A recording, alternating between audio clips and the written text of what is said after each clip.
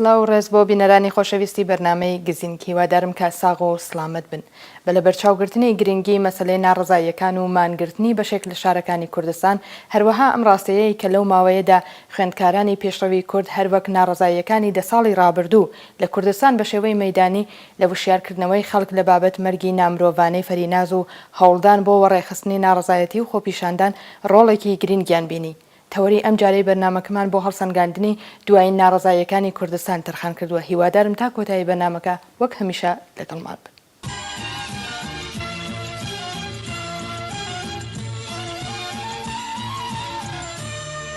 بینەرانی ئازیز، هەروەک ئاگادارن لە ماوەی ڕۆژانی ڕابردوو و پاش ناڕزایەتی قارەمانانەی خەڵکی مەهاباد بەرامبەر بە مەرگی دڵتەزێنی کچە خوێندەواری کورد فەریناز خۆسرەوانی، حکوومەت لە ترسی پەرەسەندنی ناڕزاییەکان بۆ باقی شارەکانی کوردستان هەموو شارەکانی ڕۆژهەڵاتی میلیتاریزە کرد.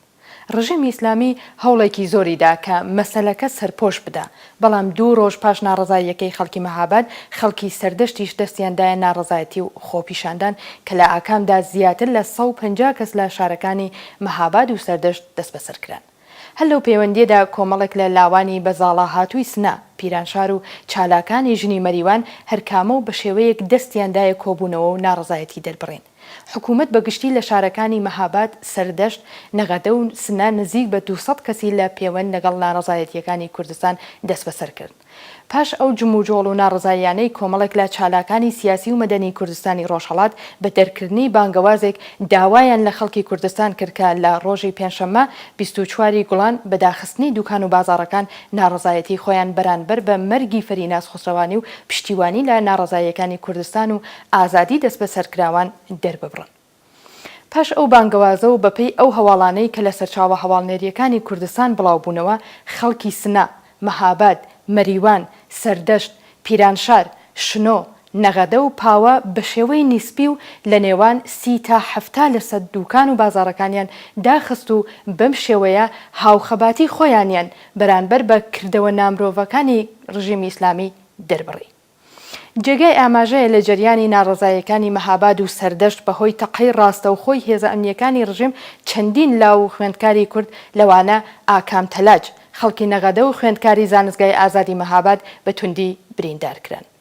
هەر لەو پەیوەندیەدا خوێندکارانی کوردی زانستگاکانی تاران هەوڵی بەڕێوەبردننی چالاکیەکی ناڕزاییاندا کە لەلایەن ناوەندە ئەمنیەتیەکانەوە ڕێگری کرا لە بەڕێوەچوونی. بەڵام ئەوەی کە ڕوون و ئاشکرایە، هەروە کە ئاماژەمان پێکردووە لەو ماوەیەدا خوێندکارانی پێشڕەوی کورد هەروەک ناڕزاییەکانی دە ساڵی ڕابردوو لە کوردستان بە شێوەی مەیدانی لە وشیارکردنەوەی خەڵک لە بابەت مەرگی نامرۆڤانەی فەریناز و هەوڵدان بۆ وەڕێخستنی ناڕزایەتی و خۆپیشاندان ڕۆڵێکی کاریگەر و گرنگیان بینی. هەروەها دەتوانین ئاماژە بە پشتیوانی نەتەوەی کورد لە باشوور، ڕۆژئاوا و باکووری کوردستان و کوردانی دانیشتووی دەرەوەی وڵات بکەین لەم بارەوە. هەروەک لە سەرەتای بەرنامەکەش داوتمان بەم بۆنەوە تەوەری ئەم جارەی بەرنامەکەمان تەرخان کردووە بۆ هەڵسەنگاندنی دوایین ناڕزاییەکانی کوردستان و لەم ئاراستەیەشدا داوامان کردووە لە بەڕێز کاکۆ عەلیار، چالاکی سیاسی و کارناسی باڵای پەیوەندیە نێونەتەوەییەکان و لەم بابەتەوە چەند پرسیارێکیان لێ دەپرسین. بەڵام سەرەتا چەند هەواڵێک لە زانستگاکانی ئێران و کوردستان دەبینین و دەگەڕێنەوە لاتان.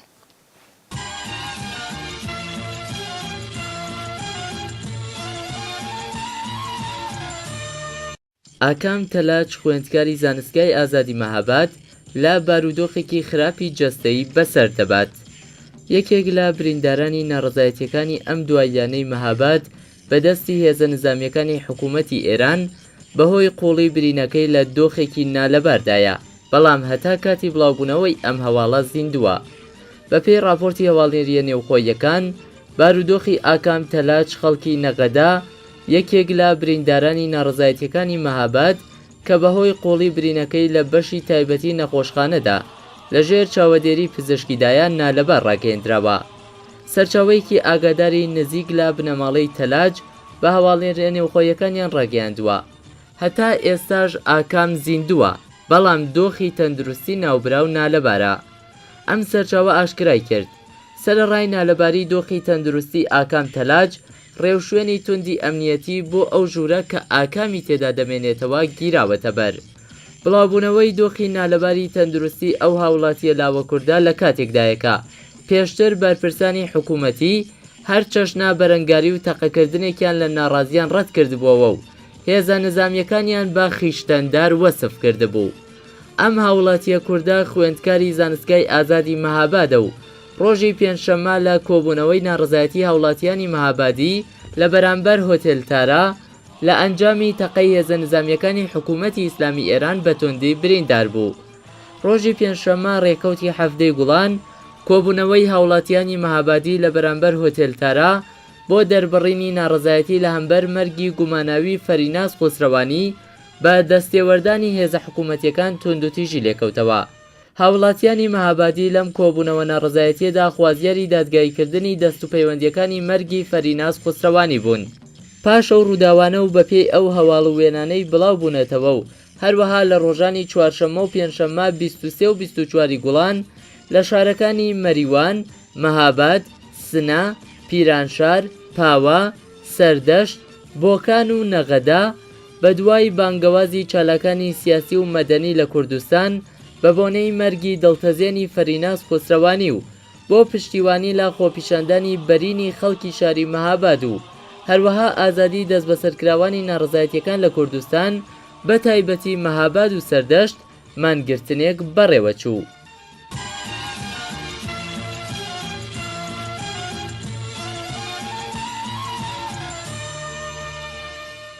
خوێندکارێکی کورد پاش دەست بەسەرکرانی بۆ شوێنێکی نادیار ڕاگوێزرا. خوێندکارێکی کوردی خەڵکی پیرانشار لەلایەن هێزە ئەمنیەتیەکانی حکوومەتی ئیسلامی ئێرانەوە دەست بەسەر و بۆ شوێنێکی نادیار بردراوە.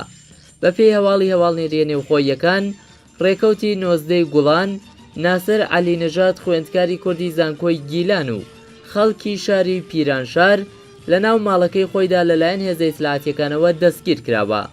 بە وتەی سەرچاوەیەکی ئاگادار هێزە ئیتلاعاتیەکان لە کاتی دەست بەسەرکردنی ئەو خوێندکارەدا کامپیۆتر و هەندێک لە کەلوپەلی شەخسی ئەو هاوڵاتیەشیان زەوت کردووە. دەوترێت ناسر عەلی نەژاد بە تۆمەتی هاوکاری لەگەڵ یەکێک لە حیزبە کوردیەکان دەست بەسەر کراوە. ئەو هاوڵاتیە کووردە خوێندکاری ترمی شەشی ڕشتەی ئەندازیاری سەرچاوە سروشتیەکان بووە. ماوەیەک لەمەوبەریش هاوڵاتیەکی دیکەی کوردی خەڵکی شاری چاڵدوران بە ناوی مەجید قولیزادە تەمەن 32 ساڵ بە تۆمەتی ئەندامەتی لە حیزبێکی کوردی نەیاری حکوومەتی ئێران لەلایەن هێزە ئەمنیەتیەکانەوە دەستگیر کرابوو. مەجید قولیزادە لە زانکۆی تاران سەرقاڵی خوێندن لە ڕشتەی یاسادا بوو. هەروەها چەندین جاریش بەهۆی ڕەخنەگرتنی لە نوێنەرانی کوردی مەجلس دەست بەسەر کرابوو.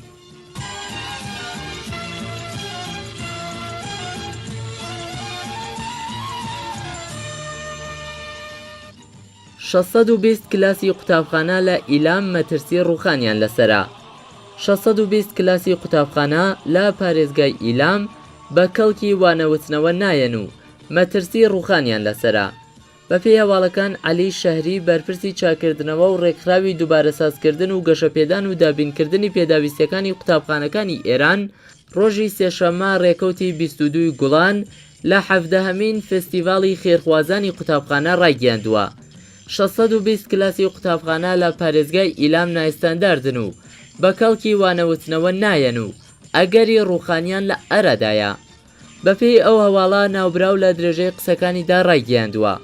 نێوەنجی خاپورکردن و دووبارە سازکردنی قوتابخانە لە ئێراندا 43 لە سەدە و ڕێژەی بەهێزکردنەوەی قوتابخانەکان لە بەرامبەر ڕووداوە سروشتیەکان لە ئیلامدا 50 لە سەدە و ئێستاکە 620 کلاسی قوتابخانە لە پارێزگای ئیلامدا بەهۆی ئیستاندارد نەبوونیانەوە لە لەناوچووندان و ژمارەیەکیشیان چاکسازی دەکرێنەوە.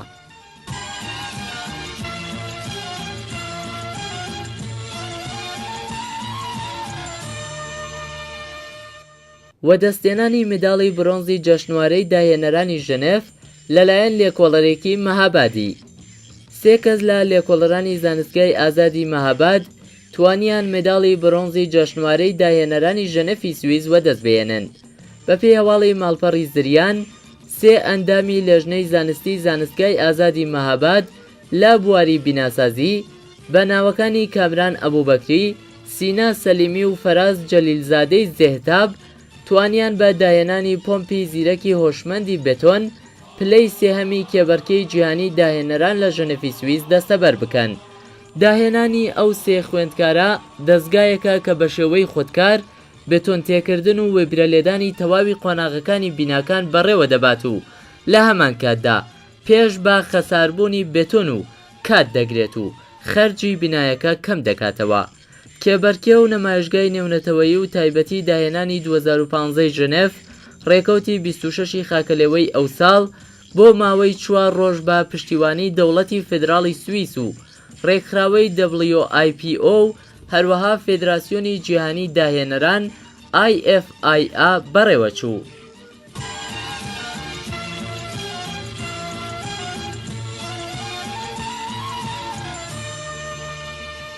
وەدەستێنانی منداڵی زێڕی کێبەرکەی ئاسیایی گوانجۆ لەلایەن کچە خوێندکارێکی کوردەوە.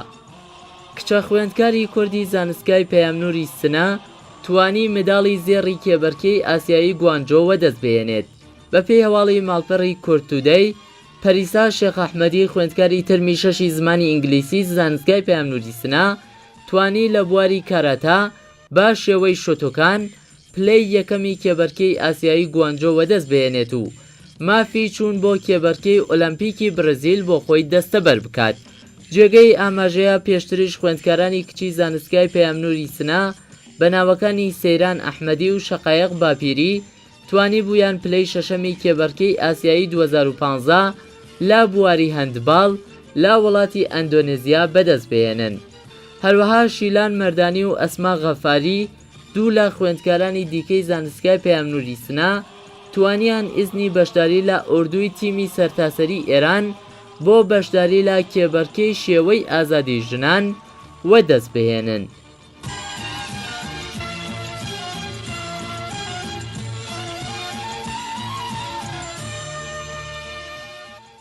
دەرچوونی گۆڤارێکی زانستی بە زمانی کوردی لەلایەن ئەنجومەنی نەتەوەیی جۆغرافیای ئەمریکا. ئەنجومەنی نەتەوەیی جۆغرافیای ئەمریکا گۆڤارێکی زانستی بە زمانی کوردی لە ژێر ناوی زانکۆ بڵاو دەکاتەوە.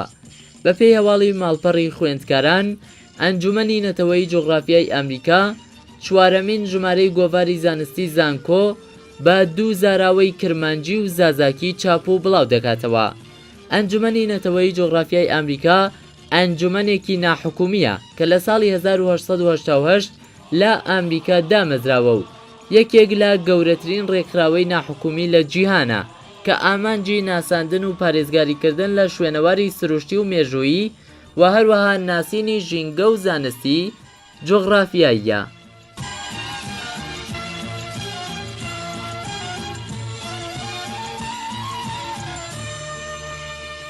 پرسیاری یەکەمان لە بەڕێز کاکۆ عەلیار سەبارەت بە ڕاوبۆچوونیان لەبارەی هۆکارە سەرەکیەکانی دوای ناڕەزاییەکانی کوردستانی ڕۆژهەڵات و ئەوەی کە ئایا ئەم سەرهەڵدانمانگرتنە دوایی دەتوانێت چ کاریگەریەکی بێت لەسەر بزوتنەوەی حەقوازانەی کوردستانی ڕۆژهەڵات بەگشتی. لە ڕاستیدا من دەمەوێت باسەکە تۆزێک پایەیتر باس بکەم، ینی لە بناغەوە گە باسی بکەین. من لەبیرم مدەتێک لەوە پێش چاوم لە کتێبێک دەکرد، کتێبی هانا ئارێنت دەکرد نووسەری بەناوبانگی ئەمریکی کە کتێبێکی بنەی منشەئی تۆتالیتاریانیزم، بناغەی ئەو حکوومەتانەیە ئەو جەریانانەی کە تەمامیەت خان ئەو لەوێدا فەرقێک دادنێ بینی ئەو حکوومەتانەی کە ئیستبدادین دیکتاتۆرن، دیکتاتۆریەکی ئیستبدادین لەگەڵ ئەو حکوومەتانەی کە تۆتالیتارن یا تەمامیەت خاهن لەسرە، ینی لە سەرتاسەری وجوهی ژیاندا دخالەت دەکەن. حکوومەتای ئیستبدادی کلاسیک معمولاً قدرەت تەڵەبن، ینی بە دوای قدرەتی تەواون لە هەستەی قدرەتدا، کۆکردنەوەی قدرەت لە مەرکەزدا و دەسەڵات. نمونەشی زۆرم مەسەلەن زەمانیشا لە ئێران. بەڵام ئەم حکوومەتەی جمهوری ئیسلامی یا حکوومەتای دیکەی وەک چین یا وڵاتانی دیکە کە ئیدۆلۆژیکن تۆتالیتار بەو معنایی کە تەمامیەت خاهن لە هەموو شؤونی زندگی ئینسانەکاندا دخالەت دەکەن. ئالەم وڵاتانەدا هەموو شتێک پەیوەندی دەدرێتەوە یا خەتاکەی دەچێتەوە سەر دەوڵات یا ئەو کەسەی کە بەرپرسە لەبەرەوەی کە ئەو لە هەموو شوێنێکدا دەستی هەیە و لە هەموو شوێنێکدا دخالەت دەکات لە ئەموری ئازادیهای شەخصیدا، ئازادیهای سیاسیدا، ئازادیهای جەمعیدا، گروپ، تەشەکۆل، ئازادیهای جنسیدا، مەسەلەی ژناندا، مەسەلەی منداڵاندا. بۆیە ئەگەر خەتایەک بێ یا مشکلێکی کۆمەڵایەتی پێشدێ غاڵبەن ڕوو دەکرێتەوە ئەو کەسانێک کە بەرپرسن. جا ئەگەر بین خوارەوە مربوطێکینەوە بەم سەرهەڵدانانەی مەهاباد لە واقعدا من بەشێکی لەوەدا دەبینم ئەوە بە ئیزافێ ئەوەی کە دیارە ملەتی کورد بە دوای هویەتی ملی خۆیەوە بووە لە چەندین ساڵ لەوە پێشەوە ینی بزوتنەوەی هویەت خاهی لە کوردستانی ئێران هەمیشە بوونی بووە و لە لە ئەگەری هەر ئێعترازێکدا ئەم مەسلەی هویەت خاهیە زیندوو بۆتەوە دیتۆ ئەوە لەگەڵ مشکلاتی اقتصادی و کێشەی ئابووری خەڵک لەگەڵ ئازادی های فەردی و تاکی خەڵک ئەوانە هەمووی بخەیە سەریەک تماشا دەکەی کە ئەمە دلیلی سەرهەڵدانی ئەوەیە بە ئیزافەیە کە دیارە زوڵمێکی عوریانیش بووە ئەمە دیارە زۆر قابلی بەحەز نییە کە مەسەلەی لەم خانمە ڕوویداوە زوڵمێکی عوریان بووە ئەو مەجبور بووە کە ئەو کارە بکە ژیانی خۆی لەو ڕێگایەدا داکە بۆی کە کەرامەتی خۆی حفظ بکە لەسەر ئەوەی کە چه تەسیرێکی لەبێت لەسەر بزوتنەوەی کوردستان من پێم وایە بزوتنەوەی کوردستانی ئێران مەسەلەی کورد بەگشتی لە دنیادا ئێستا ڕوو لەسەر هەڵدانە لە سێ پارچەی کوردستان تۆ دەبینی لە کوردستانی سووریا مەسەلەی کانتۆنەکان هاتۆتە ئاراوە لە کوردستانی تورکیا زۆر بە کورتی و مەسەلەی پرۆسەی سوڵح دەڕواتە پێشێ و کوردستانی عێراقیش کە چەندین ساڵە فدرالی هەیە و بنەوەیەک بەرەو سەربەخۆیش دەڕوا کوردستانی عێراق ئێران وەک حەڵقەی مەفقودەی ئەو زنجیرەوا بووە لەم ساڵانی ئەخیردا و پێم وایە ئەم مەسەلەیە لە مەهاباد نیشانیدا کە کوردی ئێران زیندووە بزوتنەوەکەی زیندووە بەردەوامە و خەڵک لە هەر هۆکارێکی کۆمەڵایەتی هەر ئێعترازێکی کۆمەڵایەتی تەبدیل دەبێت لە کوردستان بە حرەکەتێکی سیاسی و پێم وایە مدیای جیهانیش ئەو تەوەجوهەی کە دای بە مەسەلەی کوردی ئێرانەوە بەو مەسلەی کە لە مەهاباددا بوو زۆر گرنگی بووە نیشانیدا کە جارێکی کە کوردی ڕۆژهەڵاتیش ئەو حەڵقەیە تەکمیل دەکا و حەڵقەیە کە مەفقود بووە لەم ساڵانی ڕابردوودا بۆیە پێم وایە تەسیری زۆر ئیجابی و پۆزیتیڤی دەبێت لەسەر حرەکەتەکانی دواتریش. ئەگەر لە ماوەی ئەم ڕۆژانەدا پێگیری هەڵوێستی لایەنەکان بوو بێتن بینیوتانە کە هەندێک لە کەسانی نزیک بە ئیسلاحوازەکانی حکوومەتی و کەسانێک وەکو ڕەحیم فەرەحمەندی بەرپرسی بەرەی یەکگرتووی کورد ناڕەزایەتی دەربڕێنی خەڵکی کە لە ئەساسدا ڕیشەکەی هەڵدەگەڕێتەوە بۆ ستەمی نەتەوەیی و هەڵاواردنی سیاسی و ئابووری چەواشە دەکرد و مەنعولۆمەی خەڵکیان دەکرد و بە شێوەی ناڕاستەوخۆ پاکانەیان بۆ تاوانباری سەرەکی کە حکوومەتی ئیسلامی ئێرانە دەکرد ڕای ئێوە لەم بارەوە چییە؟ ئەگەر تەوزیحاتێکمان بۆ بدەن خۆشحاڵ دەبین. بڕوای من ئەگەر بگەڕێمەوە سەر بەشی ئەوڵی قسەکانم لەو حکوومەتانیدا کە باسم کرداوە توتالیتار و تەمامیەت خواهن تۆ مەسەن ئیتحادی شوڕەوی سابق لەوێژدا مەسەلەی ئیسلاحوازی لە سەردەمێکدا هاتە پێشێ لە 85 بەولاوە گۆرباچۆف کە ئەو کاتە سەرۆکۆمار بووە ڕئیسی دەوڵەت بوو مەسەلەی گلاسنۆست و پرۆستۆرەکەی مەترح کرد کە ئازادیهای سیاسی ینی نەوعی کرانەوەی سیاسی و کرانەوەی ئابووری بوو لەوێدا ئەو سەر نەکەوە چون حکوومەتەکە ئەوەندە ئەو تەمامیەت خاهەیە کە باسم کرد و ئەوەندە تەسیری بوو لەسەر ژیانی خەڵک و ئەو زەهنیەتە ئیدۆلۆژیکە سەرکەوتو نەبوو ئەمە تقریبن بۆتە مۆدلێک کە لەونەوە حکوومەتانەدا کە ئەو پێناسەیەیان بۆ دەکرێت کە حکوومەتی ئێرانیژی یەک لەوانە مەسلەی ئیسلاحخوازی سەرکەوتو نابێت یا بۆ دەورانێک دەتوانێت وەک لە ئێران لە دەورانی خاتەمیدا تەسیراتێکی بوو من ناتوانین ئەمە ئەوە نەکۆڵ لێ بکەین کە تەسیراتێکی بوو لانیکەم لە لایەهایەک لە خەڵکدا و لە بەشێک لە جغرافیای سیاسی ئێراندا تەسیراتی خۆی بوو بەڵام نیشانیدا کە ئەمە سەرکەوتو نەبوو ئیسلاحخوازان ساڵ بە ساڵ هاتووە ڕوو لە دواوە بوون ینی گەشەیان نەکردووە جا بە تەریقی ئەولاتەوە ڕەبتی بدەوە بە کوردستان ینی لە کوردستاندا ئەوڵەن سابقەیەکی تاریخی نەبووە مەسلەی ئیسلاحخوازی کە لە کوردستانەوە تۆ بتەوێ ئیسلاحات لە ئێراندا بکەی بۆیە من کولەن ئیسلاح تەڵەبانی کورد کە ئێستا لەو فەزایە ئیستفادە دەکەن بە نەوعێک وە بە نەوعێک ئازادی بەوان کە بە ئەحزابی دیکە نەدراوە لەو فەزایە ئیستفادە دەکەن تەبیعەتەن ئەوان مەنافعێکشیان هەیە وەختێک ئەو قسانت دەکەن بەحث لەوە دەکەن کە ئەمە زەرەری ئابووری دەگەێنێ یا نەدەبووە بێ بۆ ڕێگاهای قانونی بچێتە پێشێ بە بڕای من بۆ وەرگرتنی سەریەک ئیمتیازاتی دیکەیە کە بۆ خۆیان مەبەستیان دروستکردنی حیزب و ئەم شتانە کە گوایە ئێستا داوایان کردووە کە ئیجازەیان پێ بدەن فعالیت بکەن ئەوە لایەکی دووەمی لای دووەمیشی ئەوە بە بڕای من ئەگەر واقع ببین لە کوردستاندا هیچ سەرمایه‌گوزاریەکی جدی و ڕێژەیی نەکراوە تۆ تماشا بکە منابعی ژێرزەمینی کە لە کوردستاندا دەبیندرێتەوە کارخانەکەی دەبنە ئەو جیانەیە ینی مەنابعەکە لەوێ دەردێن بەڵام کارخانەکەی دەبنە ئەو شوێنانەی کە کوردنشین نییە لە تبقی خودی ئاماری ئێران کوردستان و بەلوچستان ئەو شوێنانە کەمترین ڕێژەی سەرمایه‌گوزاریان هەیە زۆرترین ڕێژەی بێکاریان بووە. من ئێستا کە فەزای عمومی تووڕەیە لە حرەکەتێک لە کوردستاندا و هۆتێلێک ئاورتێ بەردەدات تۆ ئەو ڕەب دێەوەی کە مەسەرەن شارەکە زەرر دەکات و 15 ساڵە فعالیت دەکەی جارێکت بەحسی ئەمە نەکردووە و ئێستا چۆن ئەوە بۆ بیر هاتەوە کە ئابووری زەرر دەکات. بۆیە منەوە بە قسەیەکی جددی نازانم نەوعەکەی ناوخۆییە و پێم وایە هیچ پاساوێکی نییە بەڕاستی. لە ماوەی ئەم ڕۆژانەدا هەندێک لە میدیاکان لەوانە ڕۆژهەڵات تیڤ هەوڵی ڕۆماڵکردنی ڕاستگۆیانەی ڕووداوەکان و ئاگادارکردنەوەی خەڵک لە دوایین ڕووداوەکان و پوششدانی بانگەوازی چالاکانی سیاسی و مەدەنیاندا.